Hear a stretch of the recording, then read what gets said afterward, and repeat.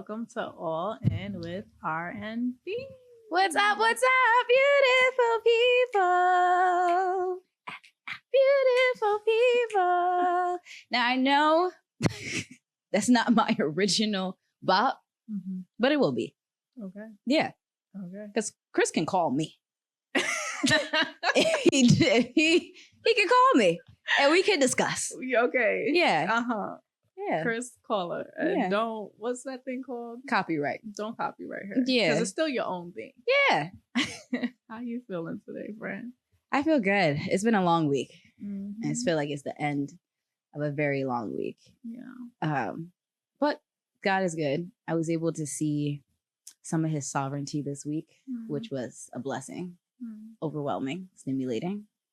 But it's like more confirmation that the Lord is real. Oh, that's great. How was your... Don't ask me. week? We don't want to lie to the people. My week was my week. So my energy is a bit off. This week really kicked my behind, for lack of better terms. But like you, I see the good in what God is doing, although it feels terrible and it's unfortunate and I don't want to be here. But I also know that I'm here because I have to be, and it's all part of the testimony. Yeah.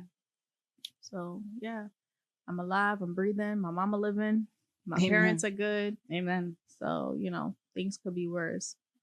And two things can be true. I don't like what this week revealed to me.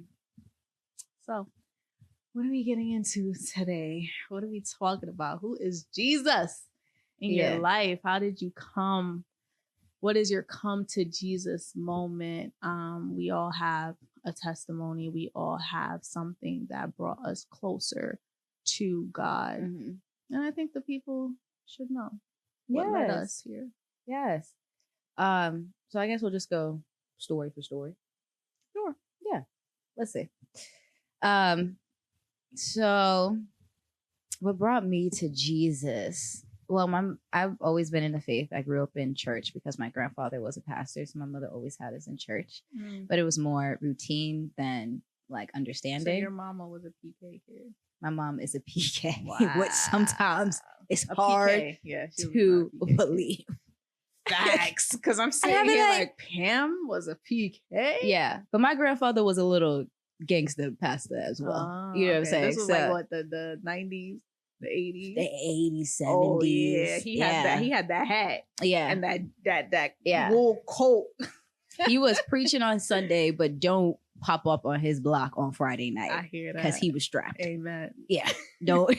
He wasn't one of them. Turn the other cheek kind of pastors. You feel me? So I was always in church, but I never understood it. I always had like a sense of faith, but I never understood why. You was actually with me with my first tattoo that we got in college that said "Live by Faith," what I have on here. And so I always felt the sense of having faith and everything was going to be good, but I just never understood Jesus. I never understood the dying for the sins, and I just never understood. I just always knew to have faith. And then the people told you to believe in something, so you did. Yeah. And then church wasn't really like teachy. It was just preachy. Right. Yeah. And then I would look at my mother and be like, why are you crying? We've been here for 2 hours. I would do a Baptist church. Okay. It's about 12:15 and I'm hungry. Yeah. I just want to go to McDonald's. Yeah. So that happened. And then as I got older, life started happening in and out, failed relationships. And my last relationship, because God be to glory, sometimes it's always a man that just brings you to Jesus. And that was my testimony.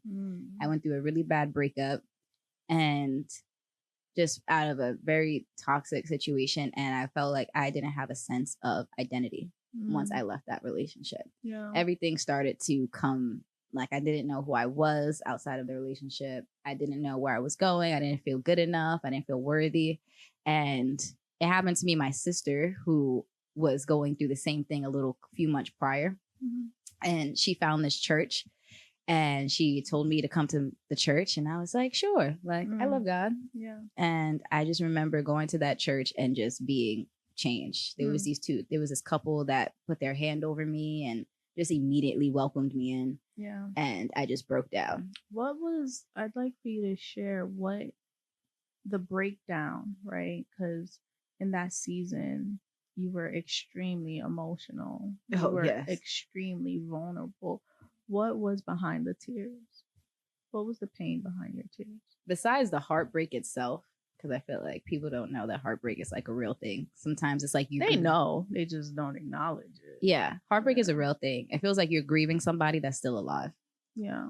Right. So, the breakdown was the loss of losing somebody that I thought I was going to spend, a long time with. Mm-hmm.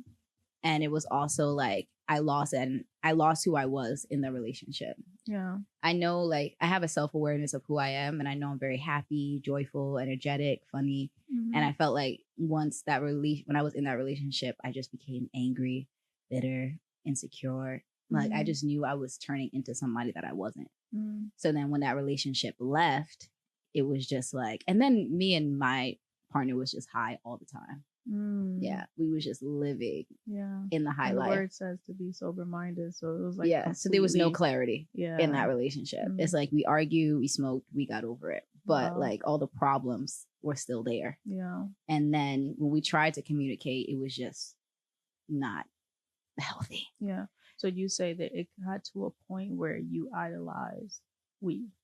Yeah. Mm-hmm. I idolized my relationship, and I idolized the weed that kept our relationship in sync. Because sometimes when we were sober, we were like, what do we got to talk about? Yeah.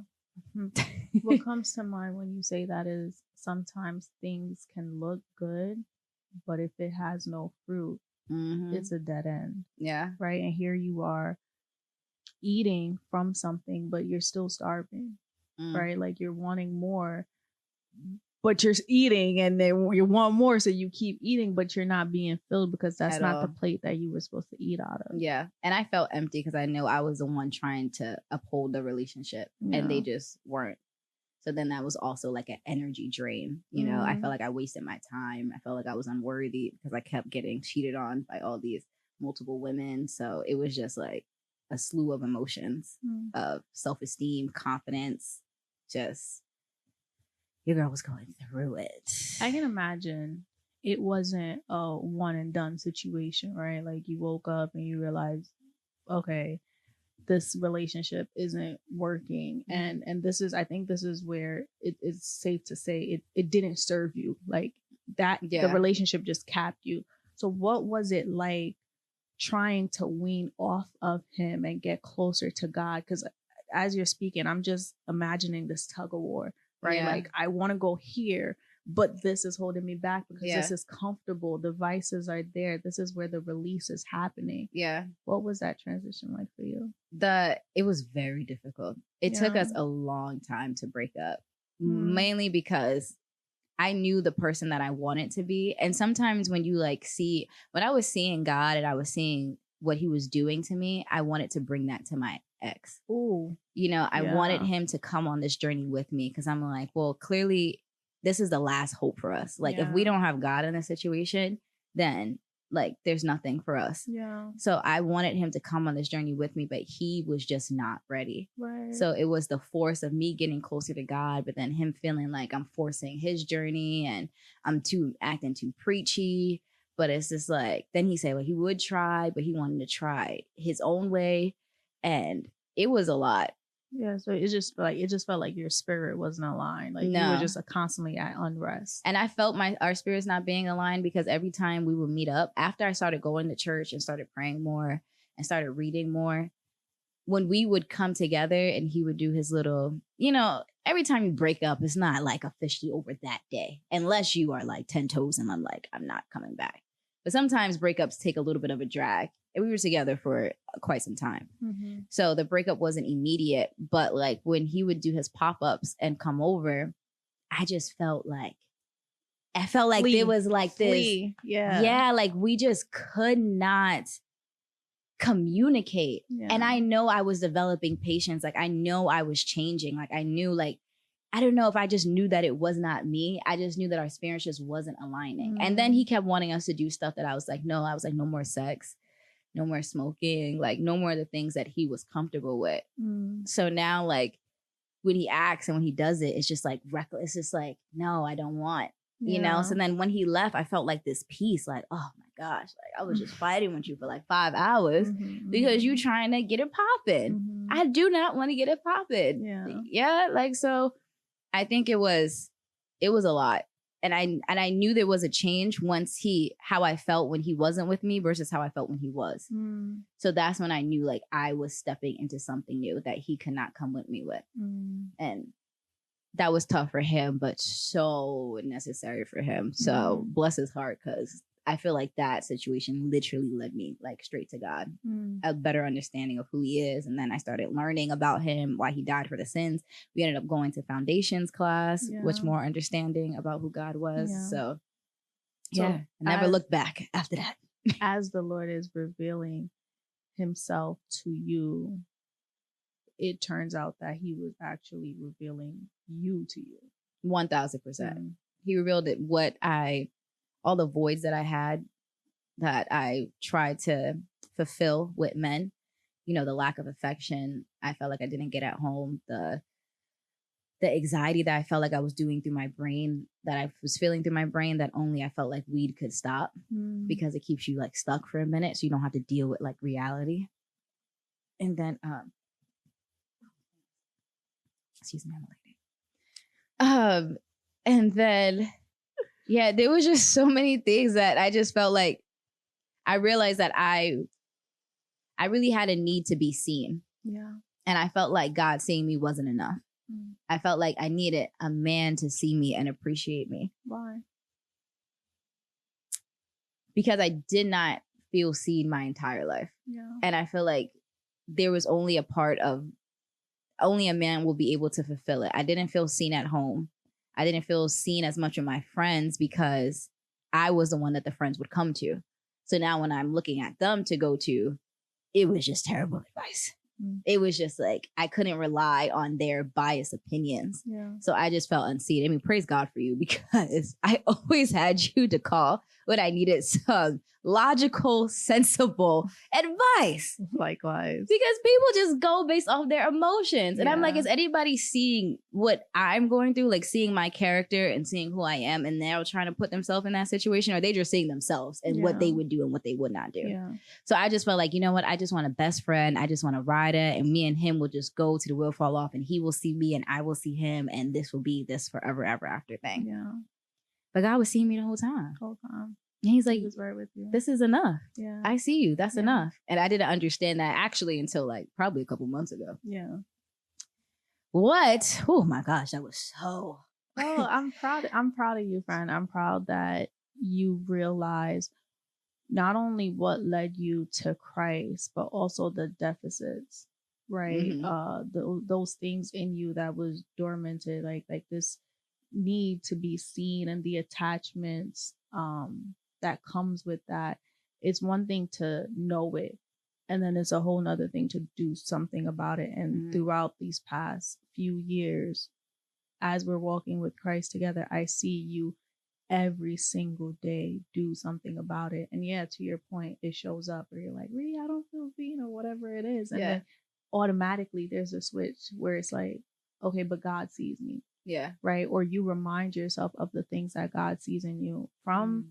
From the time we met in college, obviously at that time, I didn't know what a Proverbs 31 woman was or is, but there was always something magnetic, right? I knew the lifestyle that you had in college, it wasn't for me. She did not like me in college. She was like, who is this loud girl that just needs so much attention? Loud. She was so popular. She's on the cheerleading team. The basketball players is on it. Like, I'm just like, it's too much. This is not my cup of tea. Yeah, it was too much for me, but I like you automatically. Yeah. I did not feel that way with you. I felt and safety. It was also the company that you kept as well. Like, it was just a lot. A lot came it with those around you. Yeah. And I was constantly pulled to you because, like you said, we got the tattoo. Yes. Right? You got the tattoo because at the time I was afraid. We got a couple of piercings together. Yes. All right. We locked in for big moments. Facts.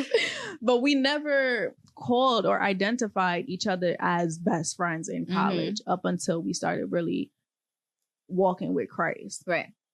So there was always something that constantly led me back to you. After college, we would have our catch-ups, right? Yeah.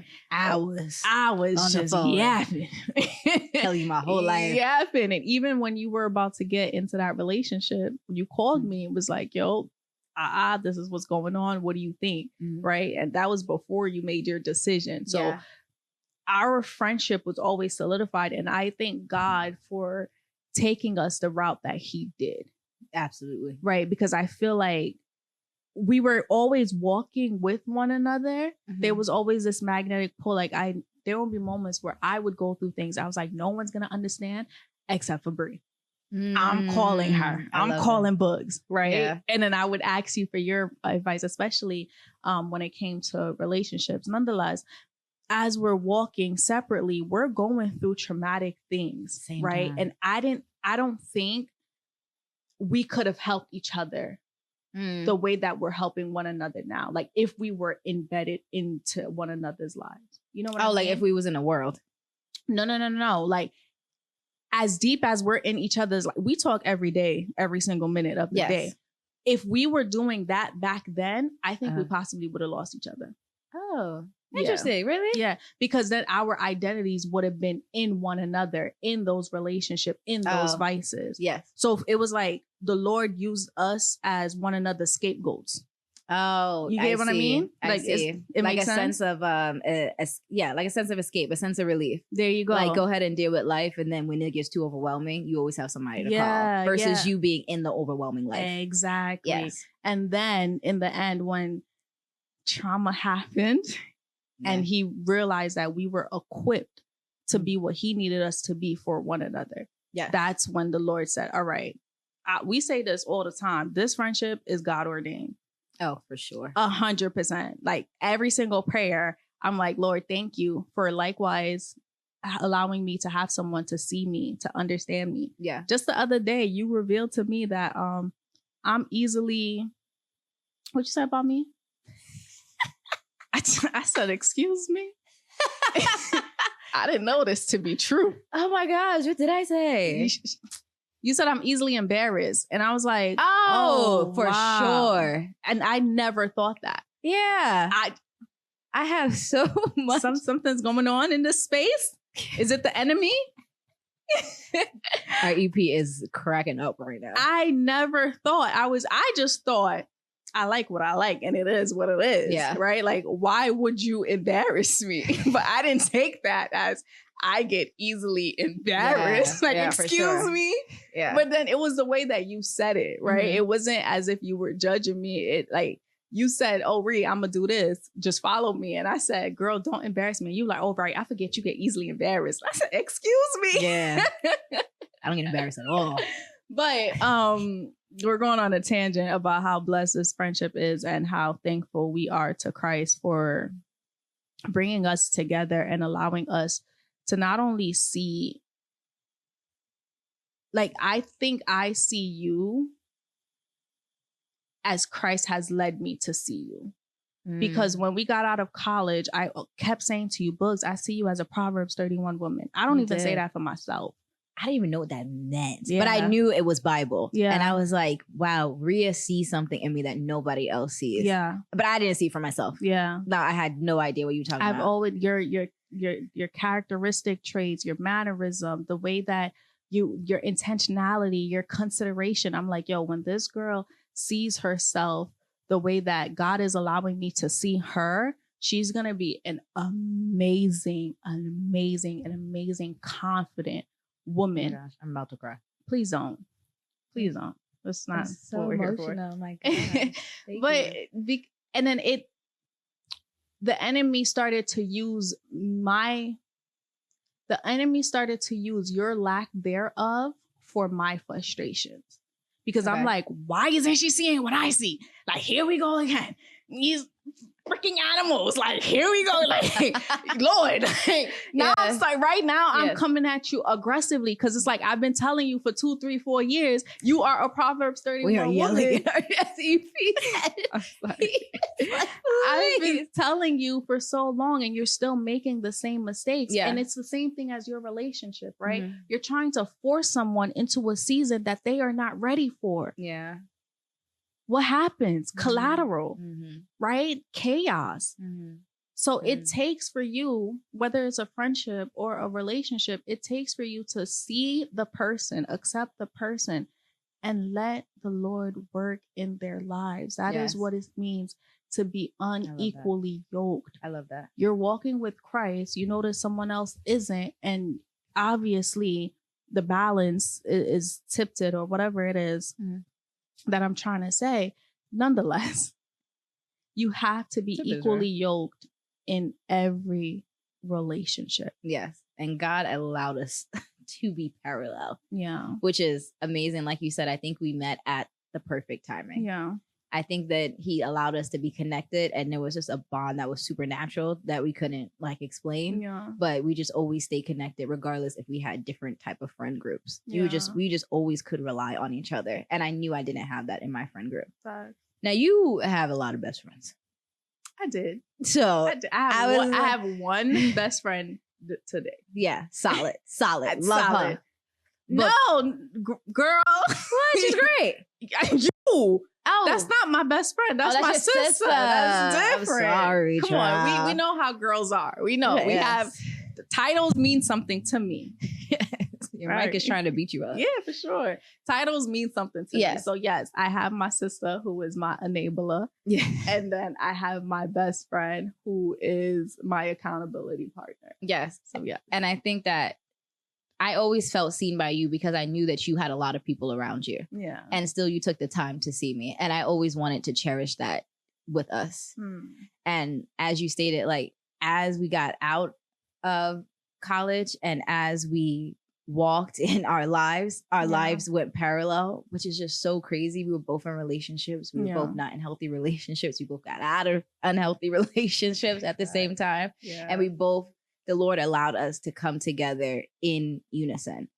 So if I had a coin, I would flip it right now. I've been trying to drag this, right? I said, this is cute. Being vulnerable is not my cup of tea. I don't like vulnerability. Yeah. And it stems from culture, right? Coming from a Haitian background, we are not taught to sit with our feelings. We are not taught to express our feelings. This is something that the Lord revealed to me, that it's important. Softness is important. A lot of the times we're saying we want a soft life, but we don't realize softness starts from within. Absolutely. If your heart isn't soft, baby girl, you're not getting nothing soft from man at all. Right? Because even if man is presenting with all that you need and require, if you don't know how to accept it, you're like a wild banshee, right? If you don't know how to accept emotions, you're constantly responding with anger and rejection. There's nothing soft and nothing cute about that. And that was me. Yes. Yeah. And I look at you right now, a little teddy bear. I guess. Your EP is trying to get your attention. Yeah. So, yes, everything that you said, I think a lot of people can agree, even if they're Haitian and non-Haitian. I think Black people in general have a problem being vulnerable. Yeah. Because we didn't get that privilege in America for vulnerability. Yeah. So now that we're here and now that we overcome, we have a testimony to share. Yeah. Right? Because the Lord didn't just bring us through this for ourselves. He brought us through it for people and for others. I guess. So if you are going through it as well, it's okay to be vulnerable. For sure. So how did you find Jesus? And what does Jesus mean to you? Now, I'm not going to ask you the therapeutic questions, but I'm going to ask you some questions. Okay. As you explain. I thought I could steer my own life. And it got to a point where the Lord said, I'm taking the wheel. I said to you, sometimes things can look right on paper, but if it doesn't bear fruit, it's not for you and it's not from the Lord. Right. Like you, I was in a relationship that I actually prayed for. Wow.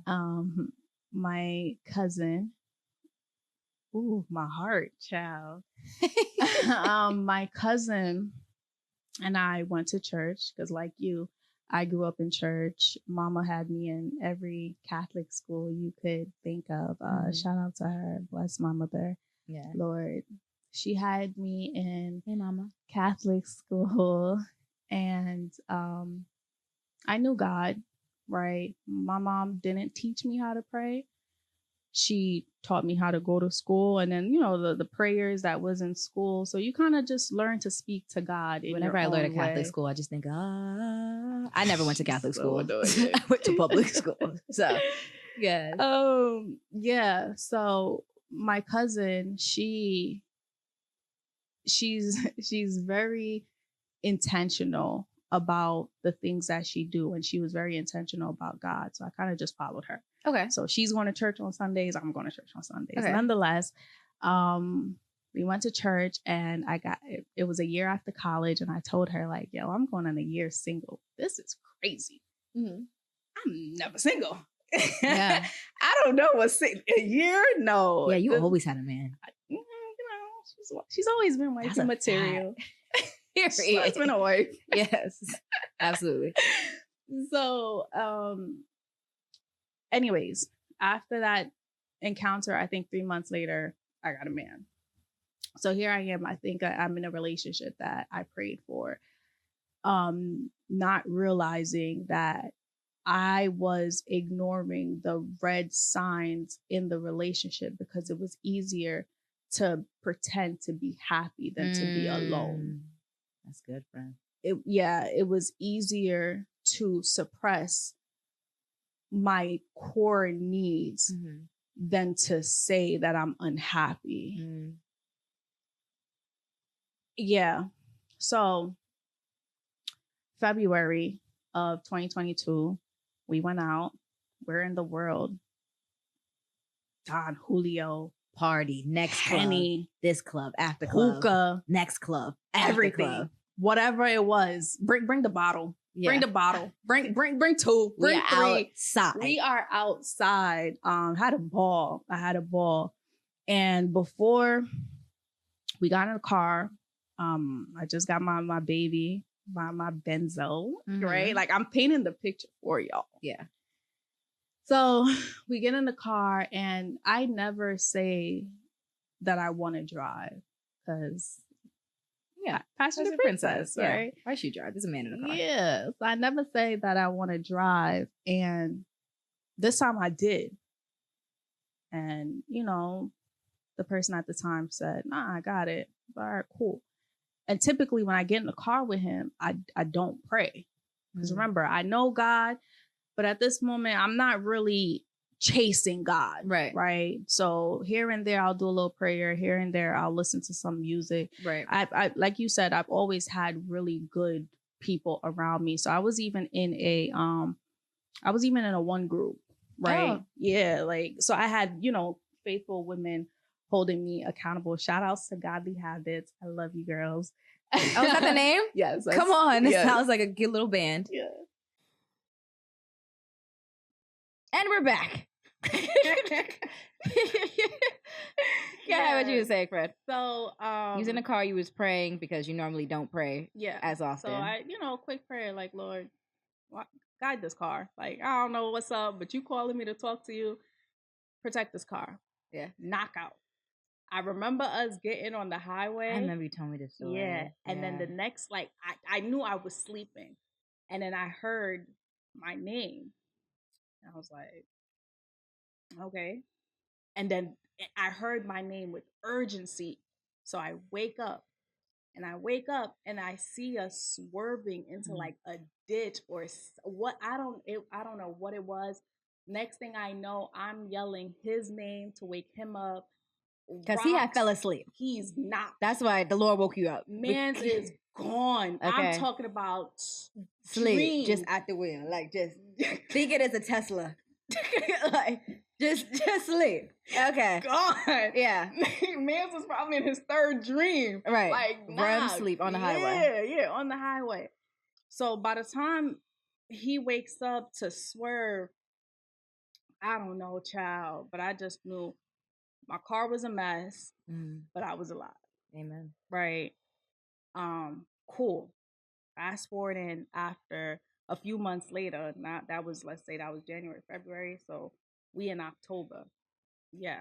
I stayed in the relationship, right? Because at this point I'm not thinking like danger. Right. Right. Although I see where you're going with this. Right. Okay. Right. And although if I'm being completely honest with you, I've never felt settled. But like I said, my insecurities and my lack thereof kept me.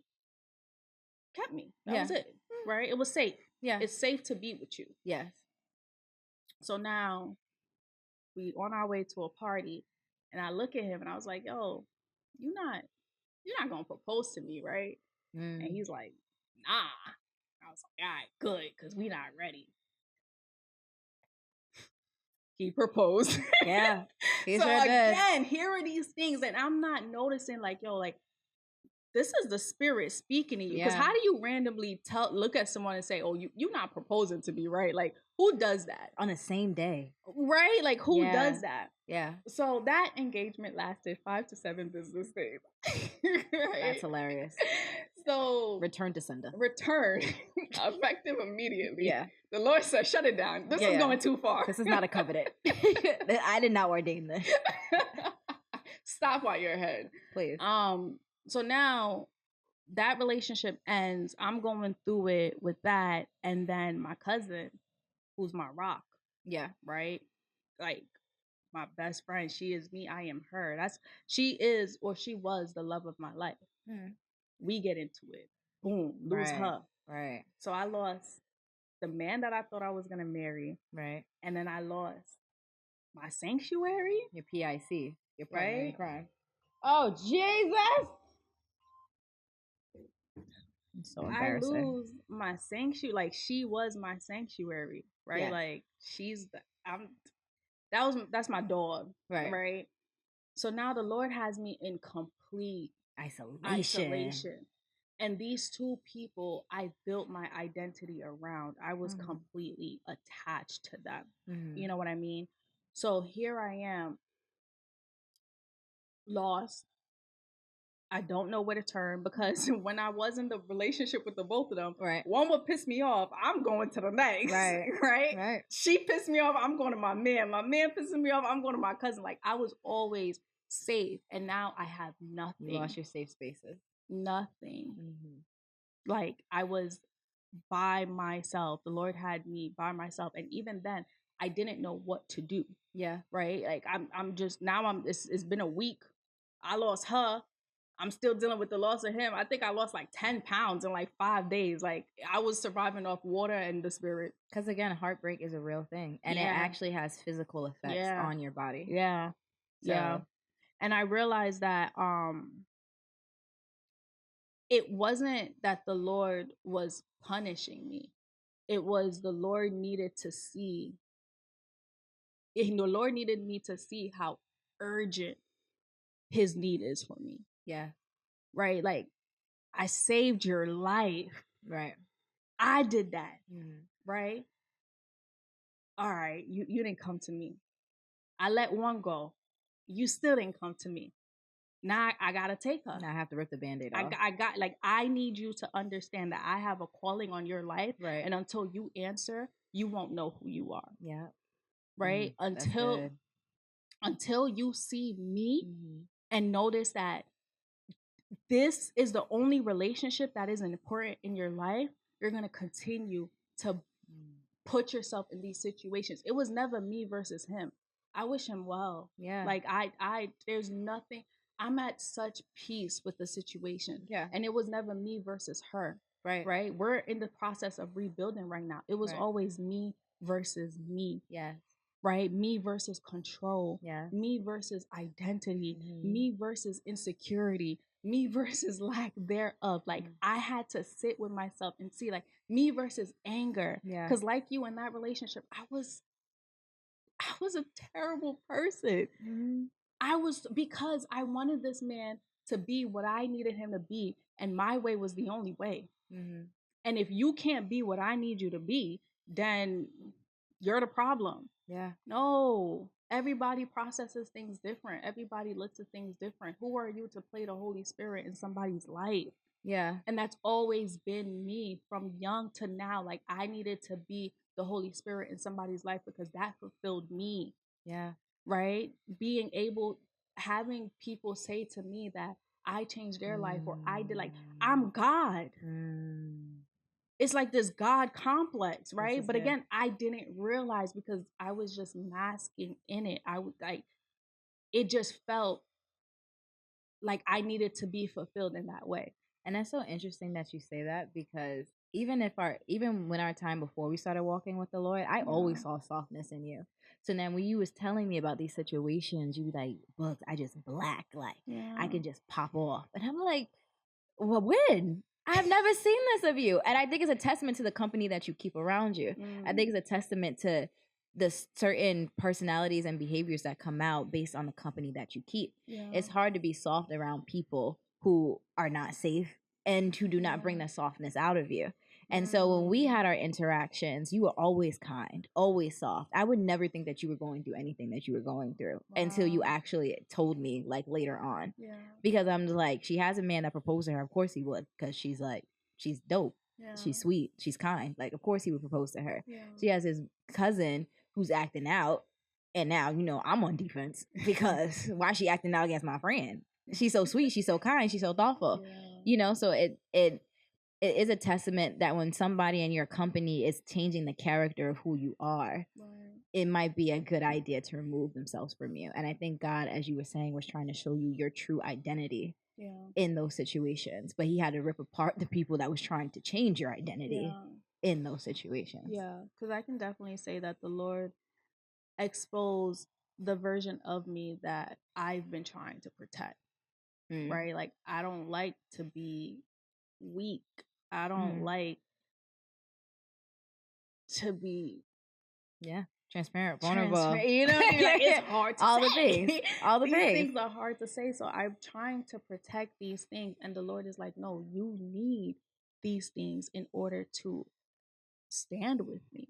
Yeah. Right? Like, I am vulnerable. I was vulnerable. I am vulnerable, right? Yeah. Like, I am the word. Like, everything that you're going through, it's attached to me.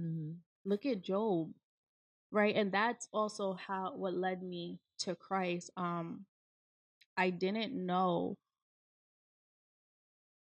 where to go, right? I didn't know who to turn to. So it was just me and darkness. And one of my cousins, he called me and he's like, I need you to read Proverbs. Wow. And I'm like, what's that? He's like, get the Bible and you're going to look for Proverbs and I need you to read Proverbs. And reading Proverbs from beginning to end. I wish I bought my notebook. I have this Proverbs notebook, right? Wow. And at the time where it's just me and God, I'm reading word for word, chapter for chapter. Like, I'm sitting there, I'm like, what does this mean? What does this mean? I'm like, oh my gosh, like my whole existence is in Proverbs.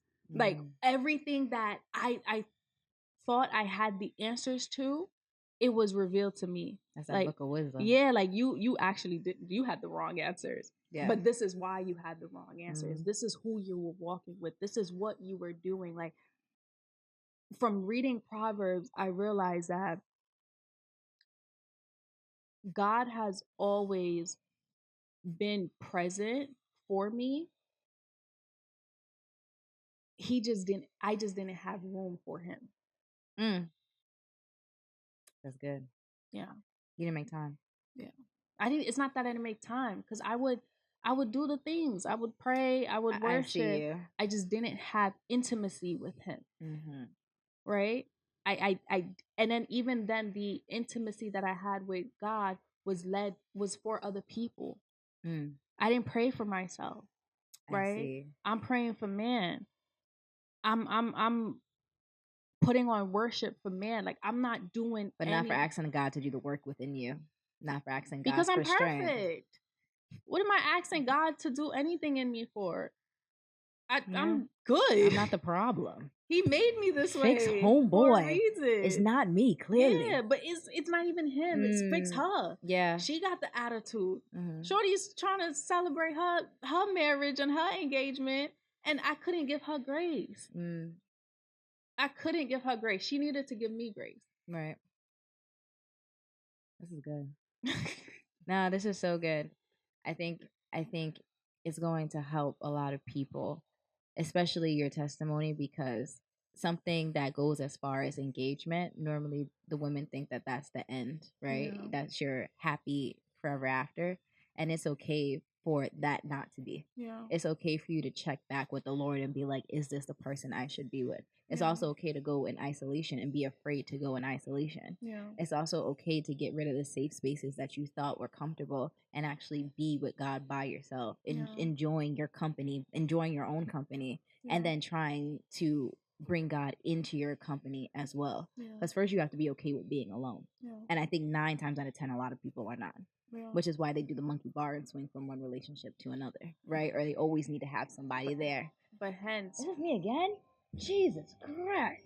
Hence... My Lord. I'm so sorry. I don't know. They're just going to keep reminding me what time it is.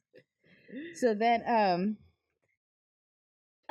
But hence why Shorty was always in a relationship, right? Like, I never knew how to be alone. And I never wanted to be alone. Yeah. At one point, it was a flex. Right? I always got a man. Like, what they said? I always got a man. In different states. People love me. Because I would really... I'm not going to recite the line. Because you know I'm about to go. Okay.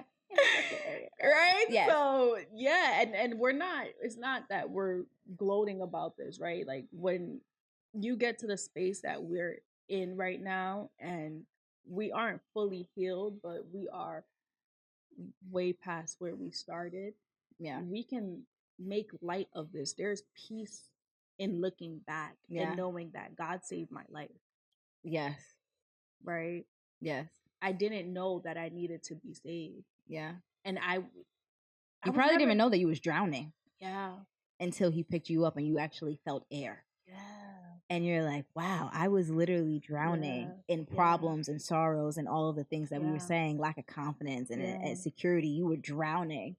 But you think you're supposed to be underwater. Yeah. But you're not. Mm-hmm. And Jesus doesn't come to comfort your ego. No. Jesus is going to confront your ego. Oh, he's going to break you down. Yeah. You can't come with him with pride, entitlement, or perfectionism. Mm-hmm. Man's going to be like, what is this? That's not how I created you. Yeah. If I needed you to be like this, I would have created you like this. Yeah. But I need you to be dependent on me because only I can get you through the life that I gave to you. Yeah. Then I brought you to church. And then you brought me to church. Yeah. You did. Because we was walking at the same time. You did, yes. And then from church, we decided to get baptized together. Yes. Yeah. And now here we are. When I tell you I'm never going back, child, you cannot pay me to go back to the world. I promise you. There would be not a time that I get in another relationship and not consider God first, not talk to God about this person, not talk to God about where did he want my life to be, not consider him in any decision that I make. Yeah. Because clearly I am a wild child by myself. And it was a lot of times, even on the walk as we're talking about getting baptized, it was a lot of times that we stepped in and out of the world. There was a lot of times that we were like, it's still fun over here. Yeah. Oh, blah, blah, blah. Like we were one of those lost sheep that kept getting out of the herd. And I wouldn't even, I was going to say, we weren't lukewarm. Nah, there was a point when we started the walk, because we were so invested into Christ and we wanted change immediately. Yeah. We went full throttle. And we didn't see and it. that happens to a lot of baby Christians, right? Like God reveals and you're like, bet. I'm changed. I'm a different person. And then you have those vices that comes in, right? Got those triggers. You have those triggers. So for me, I went from being in a relationship, right, where sex was what it needed to be, right? Sex needed whatever I needed sex to be, sex was that. And that's not just from we're talking about years where I use sex to cope. Same. I use sex to manipulate. I was weaponizing that thing. Oh my gosh. That thing was a loaded weapon. Yeah. I couldn't wait to pop it off to get what I wanted. Yeah. Yeah. So here it is that now I don't have a man, right? And I'm not going to be a random slayer. So what do I have? Now I'm a woman dealing with masturbation. What, the random slayer? Never heard that before. Yeah, I made it up on spot. Wow, that's funny. It wasn't my best work, but it was my authentic work. That was great. Yeah, it was good. All right. So now you find yourself dealing with a new vice, right? Now you're masturbating, right? Now that's your. So instead of going to God, okay, you got baptized, and instead of going to your word, you're smoking. I was still smoking after I got baptized. Yeah. It was comfortability. It was vice, and I think it became 10x. Like I needed to get off, immediately. Like whatever it is that was triggering me, I got a remedy for that. Yeah, I had to smoke because I didn't have anybody there with me. Yeah. So then that became my company. Yeah. Weed became my company. Yeah. So, yeah, the walk is not immediate, and I think that's what turns them away. Because you have to realize that you're unlearning all of the stuff that you've learned all of the years of your life. Yeah. And habits don't change immediately. They take 30 days to break. Right. And now you're talking about a lifetime of habits and patterns and triggers and vices and bad relationships and just voidance that you keep burying it under the ground that comes to the resurface that you don't want to deal with, and being vulnerable and all the things. Ain't nobody got time for that. Yeah. So it just be like, I give up. I tried. I tried Christ. Yeah. It was cool. Yeah. But it took too long. But I think also with me, I fear God. Right. So it got to a point, what helped me is to know that the Lord will wipe a mother lover out if he has to. Yeah. Right. We're talking Old Testament. Like I love the Old Testament because again, culturally, I was raised with discipline. So my relationship with God is a child and father that needs to be disciplined. So I'd go to God like, okay, you could punish me. Like, all right, you're gonna take my car, you're gonna take my money, right? Like, I didn't operate with God under the vice of grace. That's why I struggled to give grace to other people, right? I didn't think I was deserving of grace. Like, let's do the punishment, let's do the consequence, and we're done. Like, I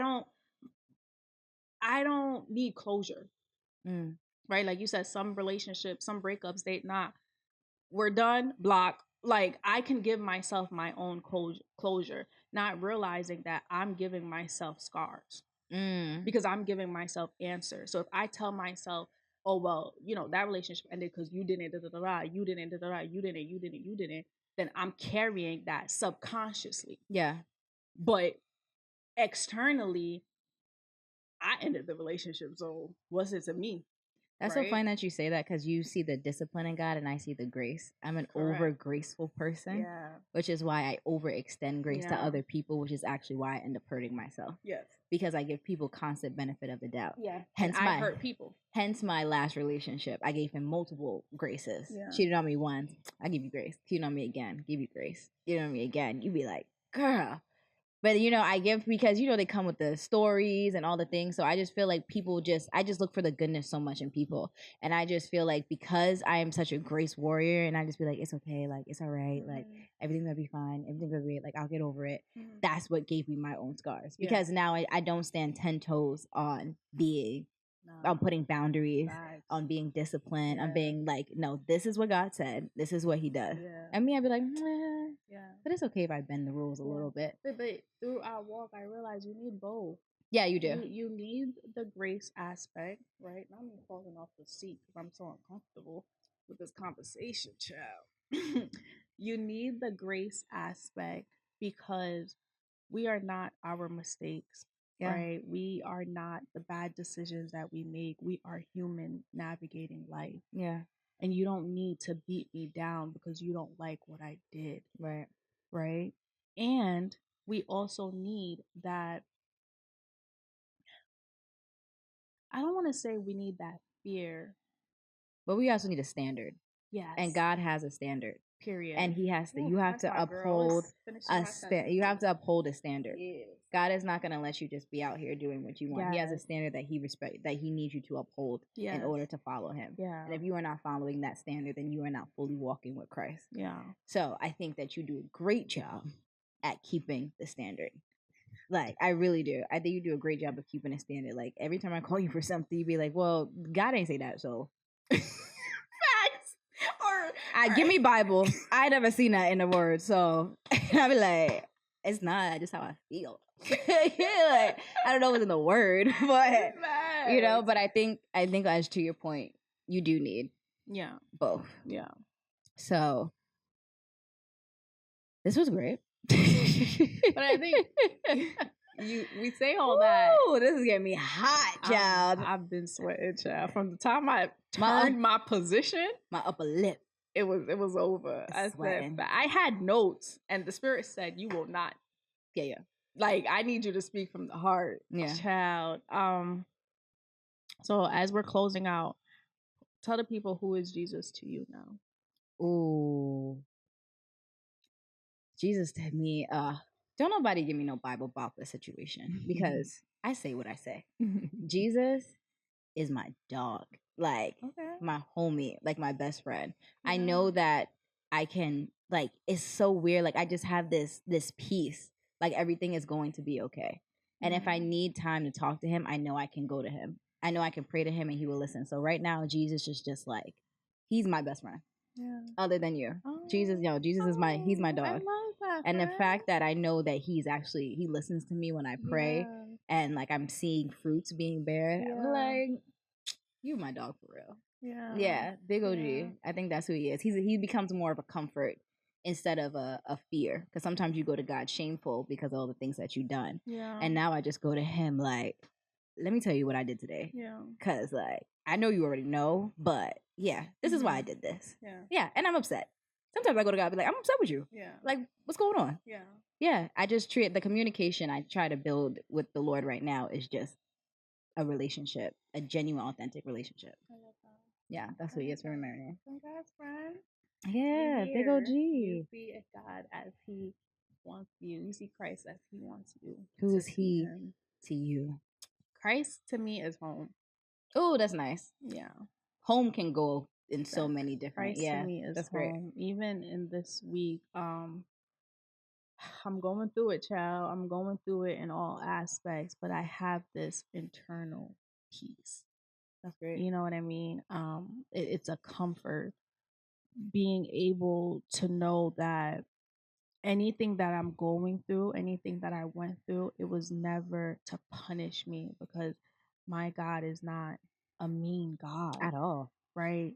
Everything he does is with love. Yeah. And some of us, like me, you need that tough love. Yeah. So you're going to go through it, but you're going to get through it. And I'm going to be with you while you're going through it. I love that. So understanding that I am exactly where I'm supposed to be, understanding that I'm never alone in whatever it is that I'm going through. Yeah. That just gives me the internal peace. I love that. Yeah. I love that. Home. Jesus is home. Let's put that on a t-shirt. So the reflective challenge today for the people would be understand your season of isolation. And it isn't about blaming, right? Remove the you and look at the me. right? Understand or try to get an understanding of why you are where you are. What is God revealing to you in this season? Right. Because whatever he reveals can change your life, and you can become a better. Like my husband, can't wait for him. And there's no wasted season. Like the season that you're in is not wasted. Yeah. Even if you feel like you're not moving in it, it's not a wasted season. Yeah. Make use of the season. Yeah. Make use of it. Spend time. Do the things. It's not like you're just stuck. Yeah. Understand your season and why you're in it. And if God has you stuck for a season, it's for a reason. So just use him. Yeah. He's there. Call on him. Yeah. He'll answer. He answers. Yeah. I feel like we would give an R&B moment, but I feel like this whole episode was an R&B moment.